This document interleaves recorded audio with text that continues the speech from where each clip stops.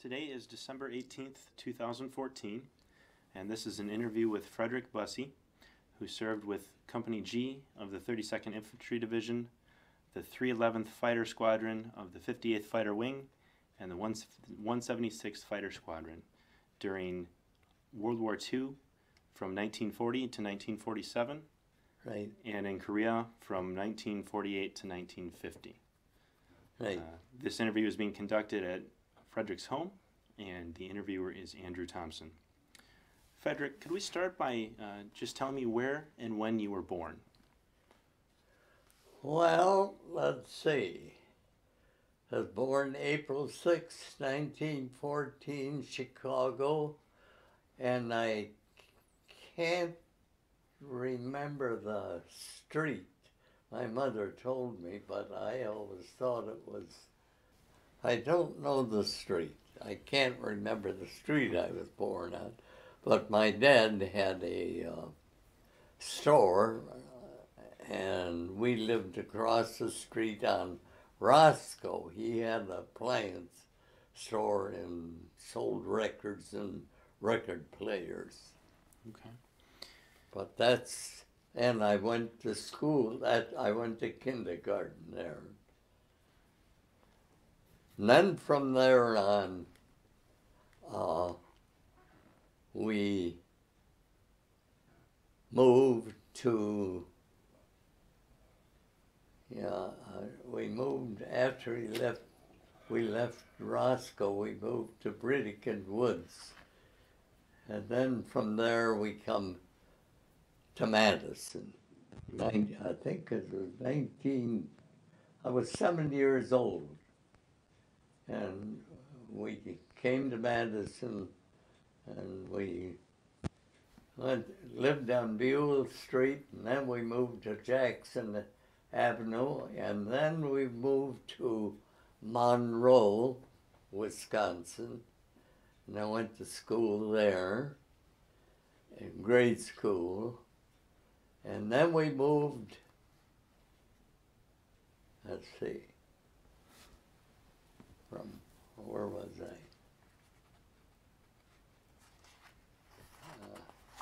Yeah, we moved back to Madison.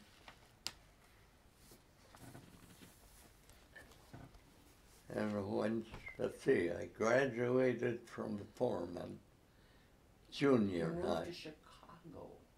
Yeah, Foreman Junior High. And then,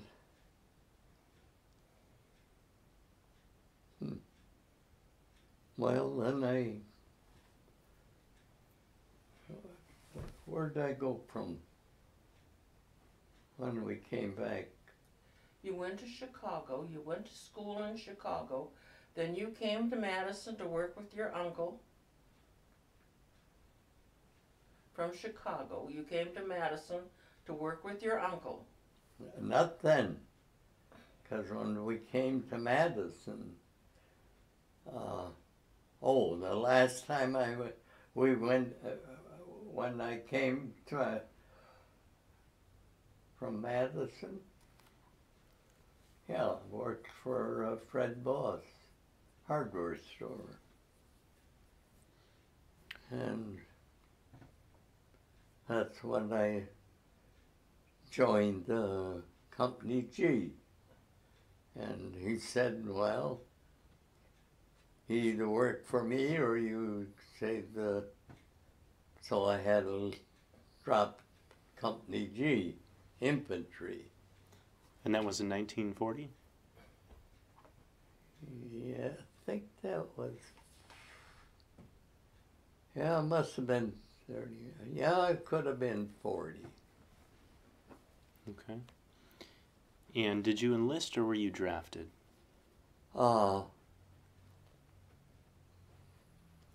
Well, at that time, they were calling ages so-and-so. What was that? Draft. What The did draft, they call yeah. that? They sent you a The letter, and So they told you you had to report? yeah, had a report. Okay. How did you feel about that? Hmm? How did you feel about that, about being drafted? Good. Yeah, I thought, yeah, boy, I'm going to see the world a little bit. I did. So then, once you were drafted, you must have been sent off to basic training. What? Once you were drafted, you must have been sent off to basic training. Oh, yeah. Where was that? Well, our real big training was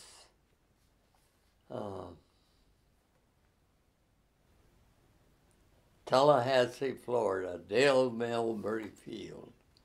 That was our main training. That's where we,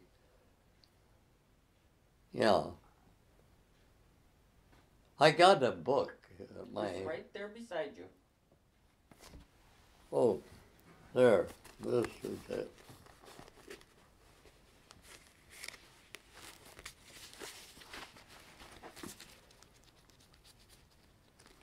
Let's see, what is it? Is this everything in here? I don't know, dear. So, you were with Company G, and then you moved on to the fighter squadron after that. Yeah. Right. Okay. Here's the trail of the 58. He went to school in Chicago with the So- Air Force. At the Aeronautical University in Chicago. Yeah, I Then think you my went to- graduation picture is. Well, don't get involved. No, I'm just going through here for a I second. better get out of here. So, Yeah, we were the 311th, because there were three of us. The 310th, the 311th, and the 312th squadron. fighter squadron. Yeah, Yep. fighter squadron. And so, why did you go to this fighter squadron from the Army? Was that something you requested, or? Well, they had a notation on the bulletin board. And those that signed that would automatically, you're signing 3 years 3 years with the fighter squadron. with the fighter squadron. Okay. In other words, you were not, to come out. In other words, that was it. You were And going. you had no idea where you were going to go. Sure. So then you went to Chicago for training? Yeah, we trained at, well,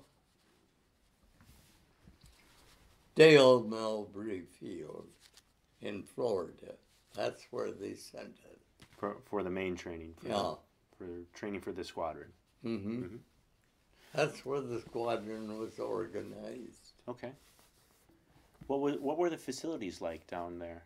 What? What were the facilities like down there? The training facilities. Oh, good. Nice barracks. Good food.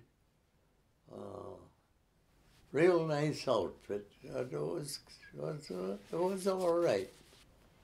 When you were in Tallahassee, you had some other nations there.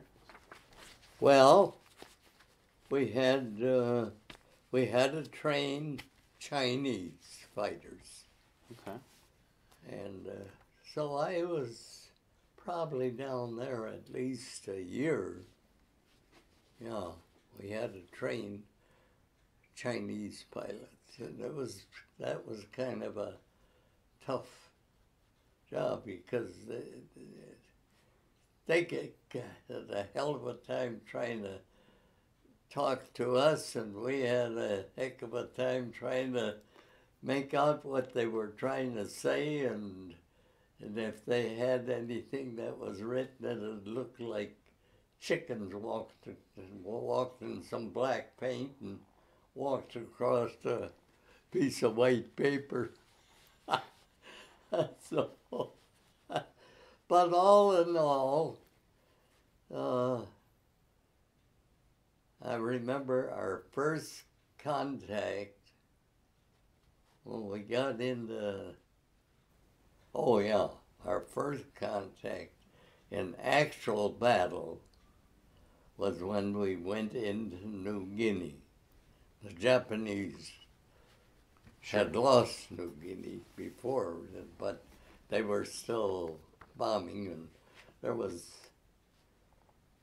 we didn't know it at the time, but just a few 100 feet or so, maybe 200 feet away from it, was a battery of ack-ack guns for, you know, when Uncle Charlie came over and he'd be taking pictures of what's for his side of the war, Japanese. Well, they opened up, and I thought, holy Christ, we just getting started and we're all going to get knocked off. And there was a kind of a dip in the ground.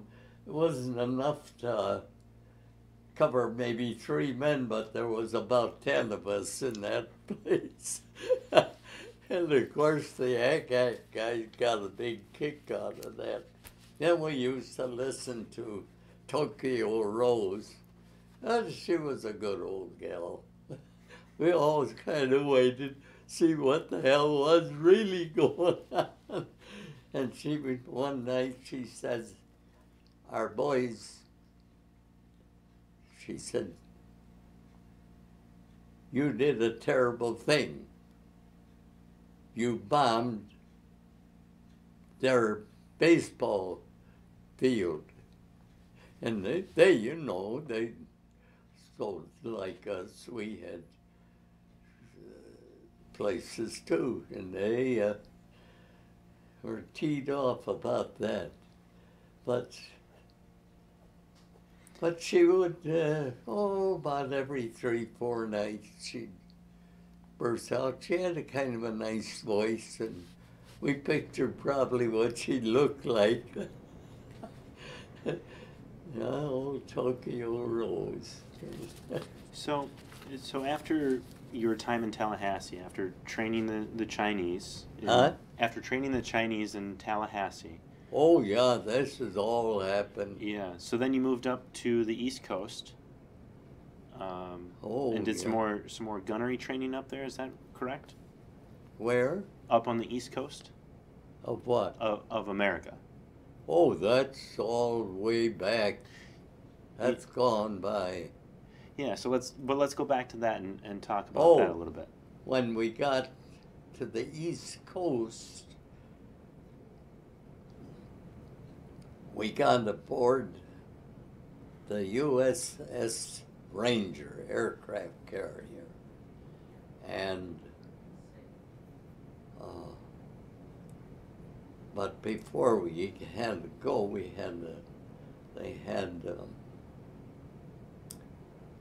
they were repairing planes and that later on would go on other carriers and go overseas.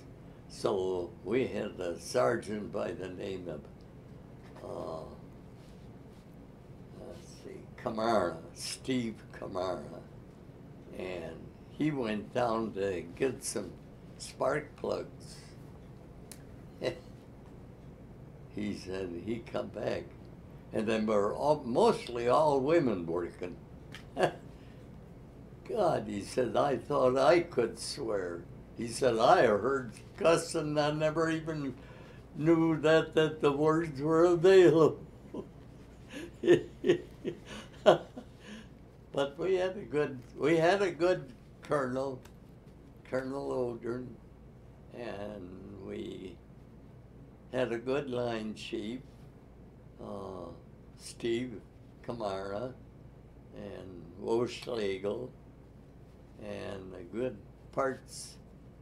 He was a sergeant, or a Captain Smith, and they all, by God, most all of us got back alive. Well, that's good to hear. Yeah. Yeah. So tell us about taking planes over to East Africa on the USS Ranger. Yeah. What was that like? Well,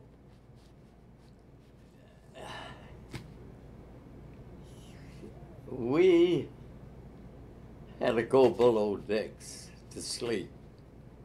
And that, you don't want to be caught below decks because everything is locked. If there's anything going on, but I stayed most of the time up on the flight deck with so I knew some of the gunners there, and I'd stay there and talk with them, and at least I was on top side. So one night he says, "Hey, did you see that over there? There was a little dim light." And I said, I kind of looked, yeah. I said, "We'll just wait a little bit. Pretty soon here comes a big ship, Red Cross, all lights lit. And it was evidently going over to pick up wounded and that. And so, of course, we didn't know firing was done. But I imagine there was some later on submarines that were probably trailing it or trying to get it in a position, but never did hear it. Although we were reported sunk. I think he said that one of the crewmen said that it missed about 20 feet from the bow. It went A torpedo? on its way. A torpedo did? Yeah. Missed. Okay. Was that on the way back from Africa or on the way to Africa? To Africa. To Africa. Yeah. But as how them Japanese, by God, they could fly. Jeez, in the battle on Okinawa, that was a hell of a one. So after getting to Africa, did you stay in Africa or No, we came right back so you just dropped off the planes essentially Yeah. and then came back? and come back. Okay. When you got back to the States, what happened then? Well, when we got back, that's when they said you're going to Alaska. Oh, we didn't go to Alaska. We went to New Zealand. And then from New Zealand, we jumped into Australia and then to Brisbane. And- Then from Brisbane into New Guinea and South Pacific and the Marianas.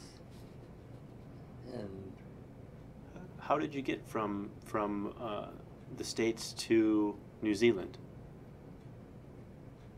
how did we? How did you get to New Zealand? Oh, they flew us in. They flew you in. Yeah. Did They you flew us in. from an aircraft carrier? Yeah. Or- Okay. Yeah, they flew us in. And while you were in New Zealand, Yeah. were you training there? Oh, we were well trained before that. Oh yeah, we were battle ready. Battle ready. Yeah, we were battle ready. So But they'd come over about once, maybe 2-3 times a week.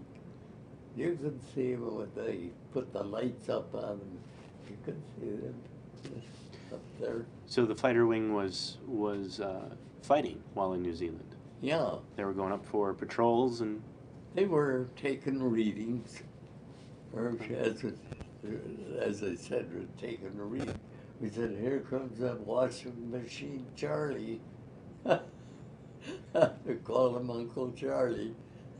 He was always on time. I'd have liked to have seen him. What kind of a guy he was. Yeah. So, do you remember how long you were in New Zealand? Oh, not very long. I don't think we were in New Zealand any longer than maybe a week. About a week. Okay. Yeah. And then from New Zealand, you went to Australia. Yeah. To Brisbane. There we were there. Oh, we must have been there about, I'd say maybe a month, something, for about a month and a half. Okay. And then into, So from Australia, you went to the Philippines, yeah, and that was combat. yeah, that was all combat. That was all yeah. combat. Yeah. Where in the Philippines were you? What? Where in the Philippines were you? Where in the Philippines were you? Oh, the Philippines. Geez, I can't remember that. And I just read about it here, about three weeks ago. Sure. And Was I it- said, God, Was it Luzon, perhaps, or Hmm? Luzon, perhaps? Luzon. Yeah, Luzon. And Leyte, maybe? Leyte? Yeah. Yeah, Leyte, Luzon. Leyte and Luzon. Yeah. And what were you doing there? What was your job? My job was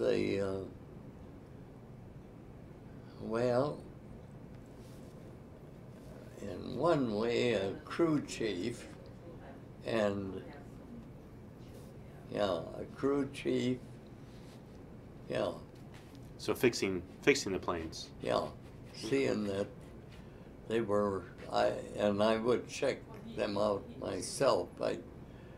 I could taxi the planes, and I could run them up, check them out for power, and see that everything is working, the hydraulics and everything, and then I would go to operations and tell them, well, ship so and so. So I would probably I had 5 ships in my In your care. care, Yeah. How many soldiers did you, or airmen were you in charge of? How many what? How many soldiers were you in charge of? Oh, let's see, I'd say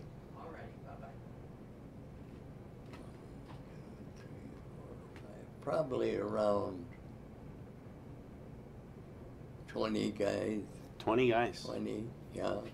So what was your rank at that time? What? What was your rank at that time? Staff, tech. I was a tech. Tech sergeant. Yeah.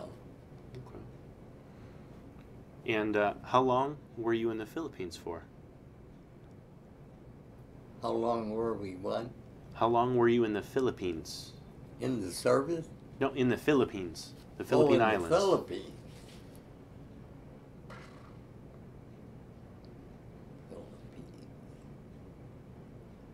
Oh, maybe.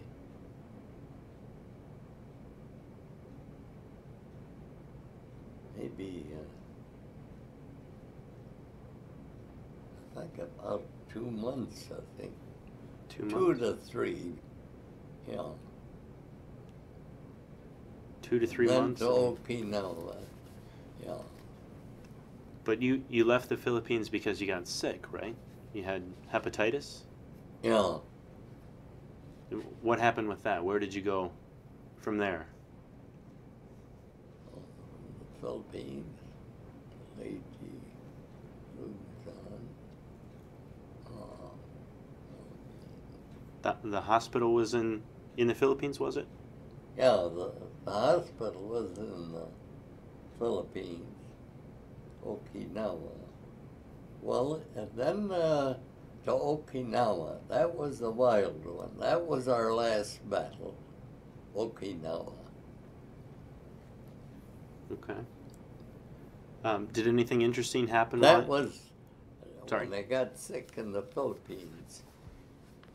That was when Swanky was his name.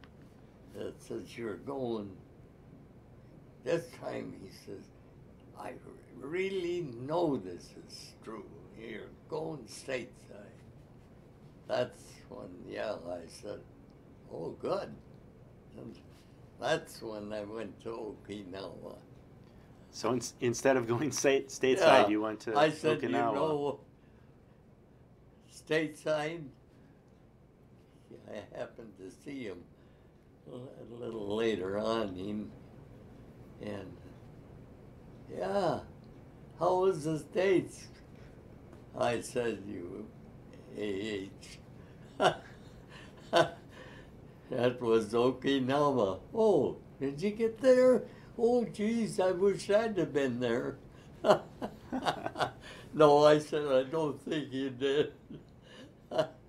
That was the last big battle, Okinawa. Okinawa. Yeah. Now, I never got into Japan itself, but Okinawa just laid, well, like that's a map, and Okinawa just pretty close to little Japan, yeah. Now, you were in New Guinea for a time, too, weren't you? Oh, yeah. Yeah. So, what were you doing in New Guinea?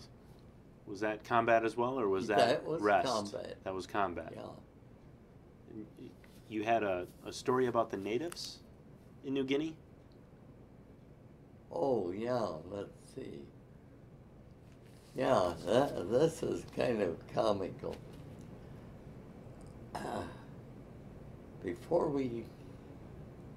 When we got into New Guinea, they told us now, some of these people are different from us, a lot different. So you gotta handle them right and don't get them riled up or anything. So just that afternoon,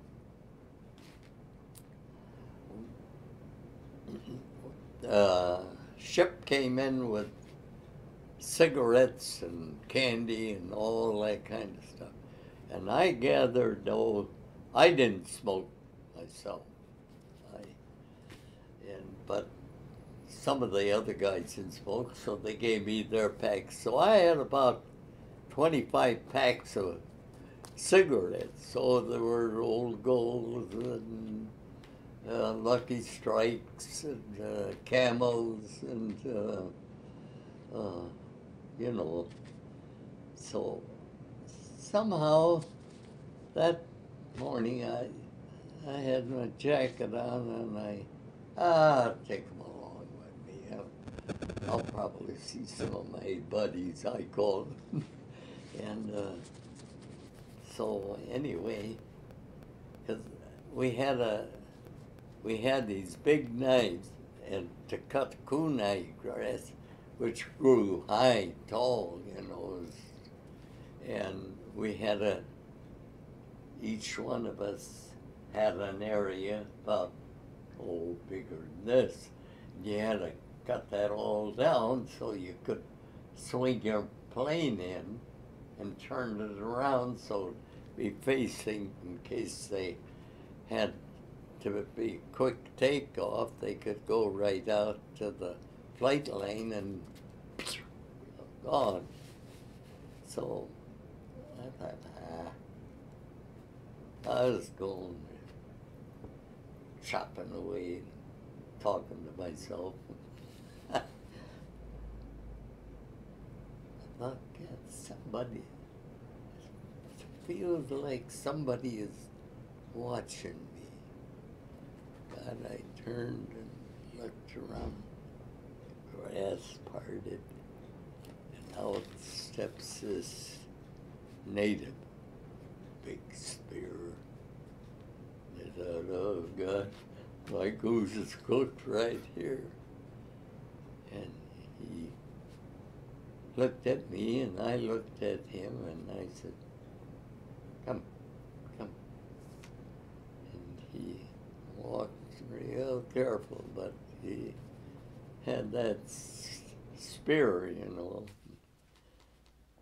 I'd say, cigarette, smoke? Yeah. So I reached in my pocket, and I gave him 2 packs. And 5 minutes later, he put his spear away, took my knife, and he said, you want to know how much he should cut? And I told him, by God, he did all the next day. 3 of his buddies was with him. He gets cigarettes. So I had enough packages left, so I gave him all the cigarettes. None of them were my buddies. So this one day, he was standing by the plane, and I said, come on, there. And he come over, and I grabbed him by the hand, now jump up on the wing here. So he jumped up, and I said, he looked into the plane, completely lost. I said, I'll tell you what, he could understand a little bit if you did a lot of whatever action with your hands. And I let him sit in the seat of a plane. And you know what he said in pretty good English? Good plane. No kidding. He didn't know whether, he didn't know what the hell, but I bet he told some wild stories. God, I can still see and I took his hand and had him stepped out and on the wing. And then he was my old buddy. He'd come just about every other day or so. And I just, hi. It was all right. That's fascinating. Yeah. It was really funny. Yeah. So then, But you know, you see, those people there, they were, well, in their way they were educated, but you couldn't trust them they were easily ready to put you out of commission. But that, yeah, that was a great adventure. yeah. It was. So, But the guys, you know, like people always say, we won the war. Nobody wins the war. Nobody wins the war. The enemy or you. The war stopped.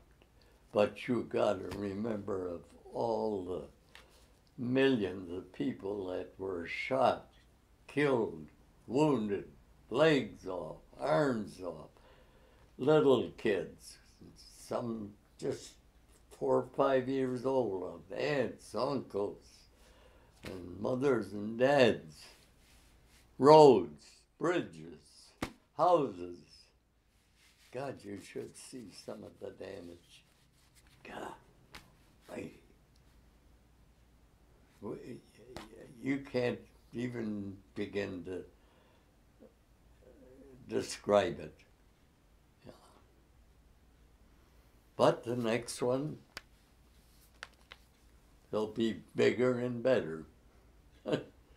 Bigger. Yeah. I mean, with these missiles they got now, they could take the missiles they got now, 2 or 3 on Madison, you wouldn't know what the hell of this, what this was even a city. Yeah. Yeah. Yeah. So, after New Guinea and after Okinawa, you came home, right? Yeah, And- Okinawa, the Japanese lost a lot of men at Yeah. Okinawa, especially from the Navy, Yeah. because the kamikaze, the Japanese kamikaze, death to them was wonderful. Mm-hmm. And they'd come right straight in, not waver or not, or go off this way or that way, and release their bomb if they had time, and boom. God, what a devoted people. But that's it. But as I say, I don't know.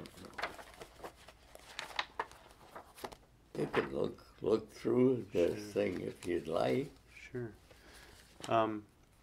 When you got back to the States, then you came back to Madison Yeah, and you joined the 176th, was it?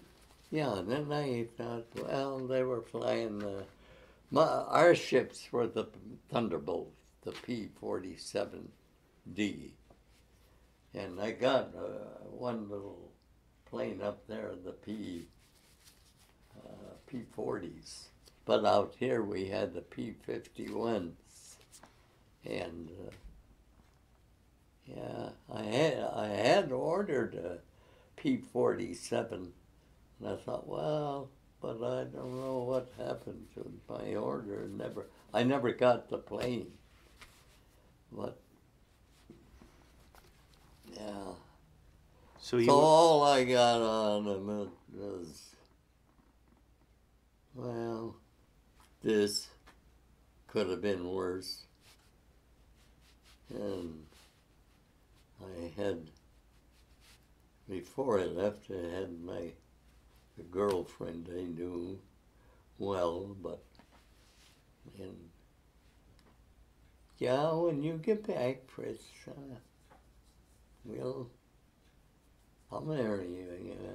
Yeah. I said, well, don't plan on marrying.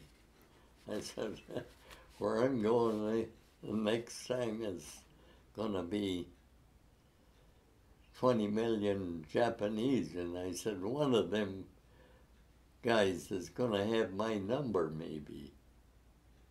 Well, pretty soon the letters came and blah, blah, blah. Back and forth. I kept writing to her, but I noticed I was reading. Oh, I went out tonight with a friend of mine, Russ. So the letters kept coming less and less, but there was more and more Russ in it. So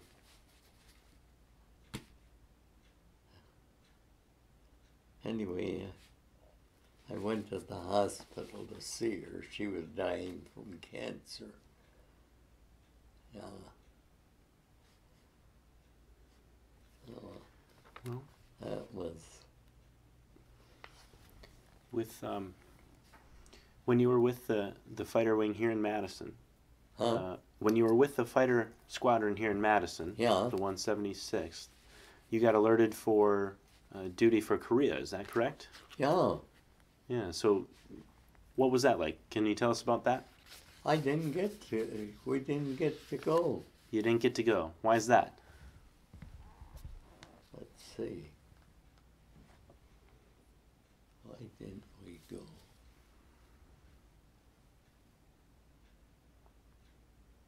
Oh, yeah. I had mustered out, but I didn't. Well, in the first place,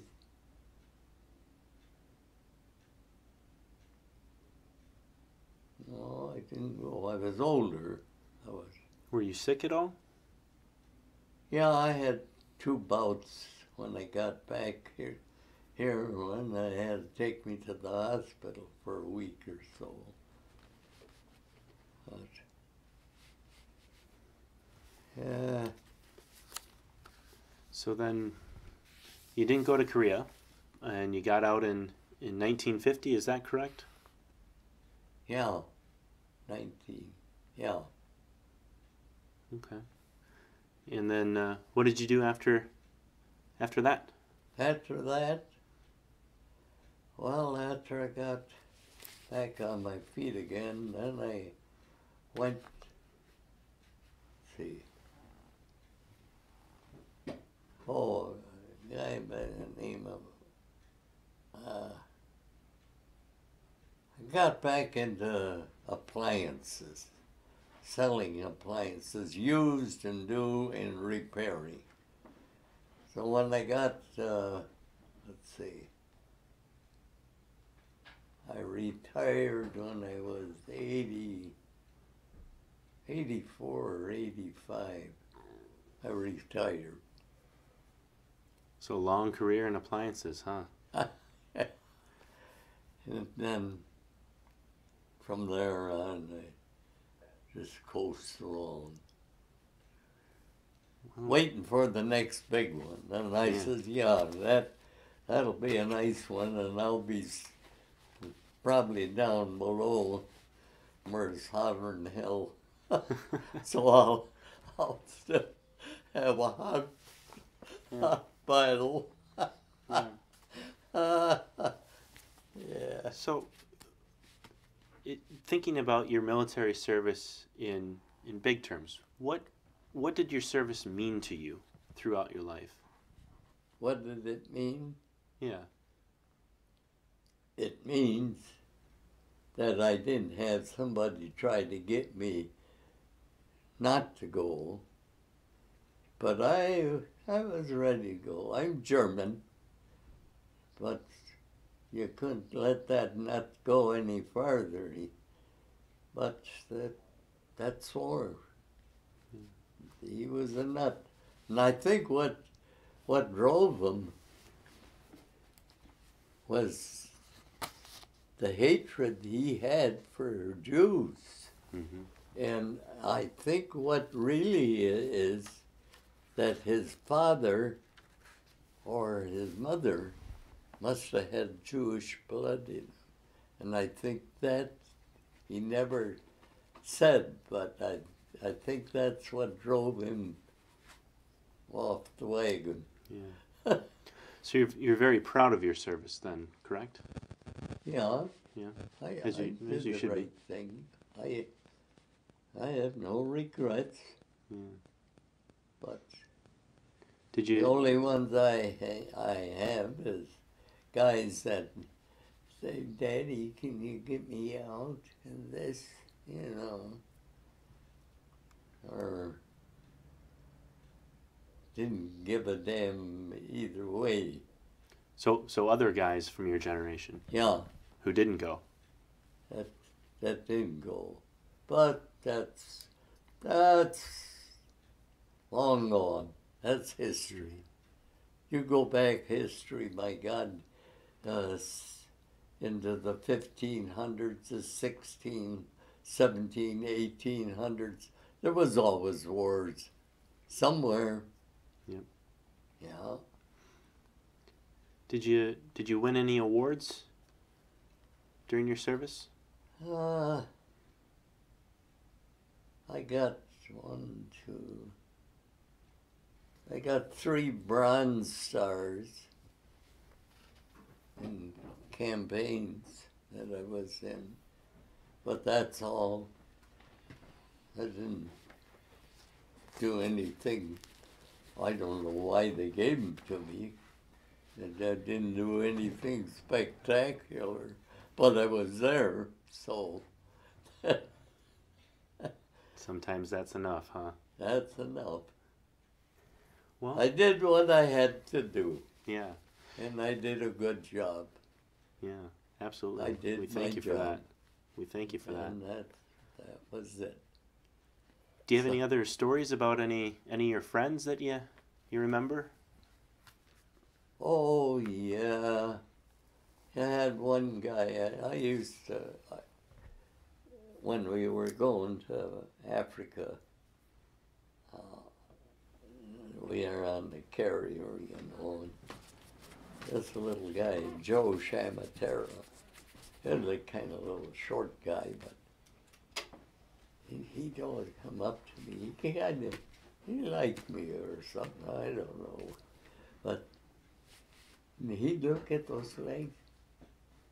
Hey, Busse, he said, what's all them damn rags up there?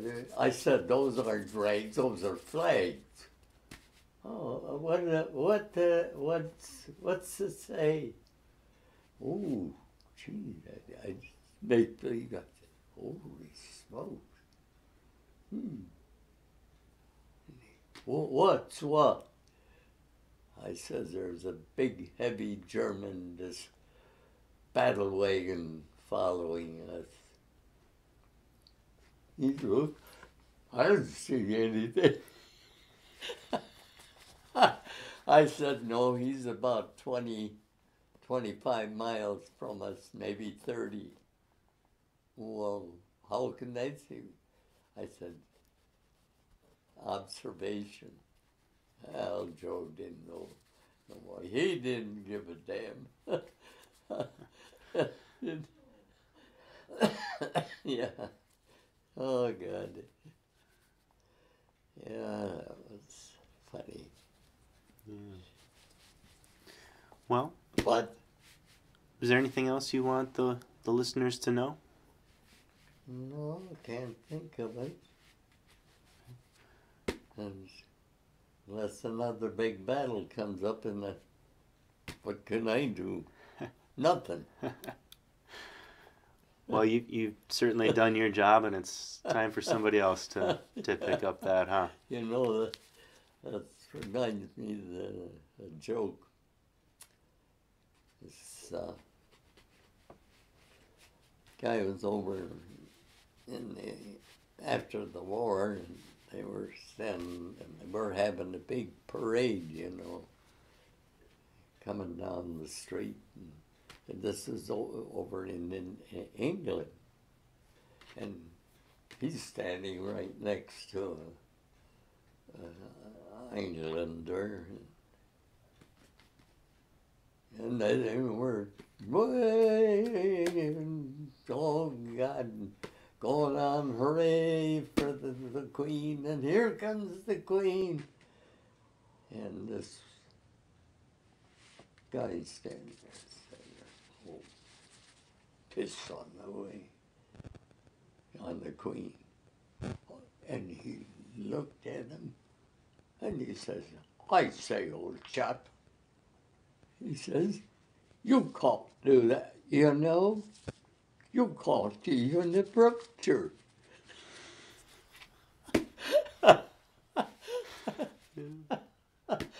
Oh, God. But you got to tell that with an English brogue. Yeah. All right. Well, Yeah. thank you very much for sharing your Yeah, story with you us, and thank you for your service. Absolutely. Well, it wasn't nothing that I would say was spectacular, but I was there. So You were there and you did your job and did it I well. did my job and did it right, I guess. So Very good. that Very good. Well, I thanks guess again. I And it can be. carried on in the family. Huh? I say it carried on down in the family. Yeah, my Our son, son retired out of the military. Oh, he and did? he's a He 20-year was man. Air Force. Wow. Our Yeah. older daughter was Army. Yeah, She was the one Rick went to, odd one out. Well, Rick was in Germany twice. yeah. He spent almost 14 years in Germany. Oh, wow. All And told. but in the war, he was in He was in Vietnam, Vietnam. Yeah, but he also spent time in Germany. yeah, he spent He time was in in towards the Deutschland. end of the war, of Sure. Vietnam. Sure. Well, you certainly inspired them to follow in your footsteps there, huh? Huh? Yeah, Yeah. yeah. Oh Okay. yeah, he was military from the day he was born. My dad didn't get in World War One. He wanted to go into the Navy, but he failed on being able to tell different wire He was- color. Oh, colorblind. He was Color. colorblind, Yeah. Huh. And but yet he was an electrician by trade. yeah. So the Navy doesn't always get it right, do they? No, they don't want. Yeah. Thank you again for telling the story for the folks listening.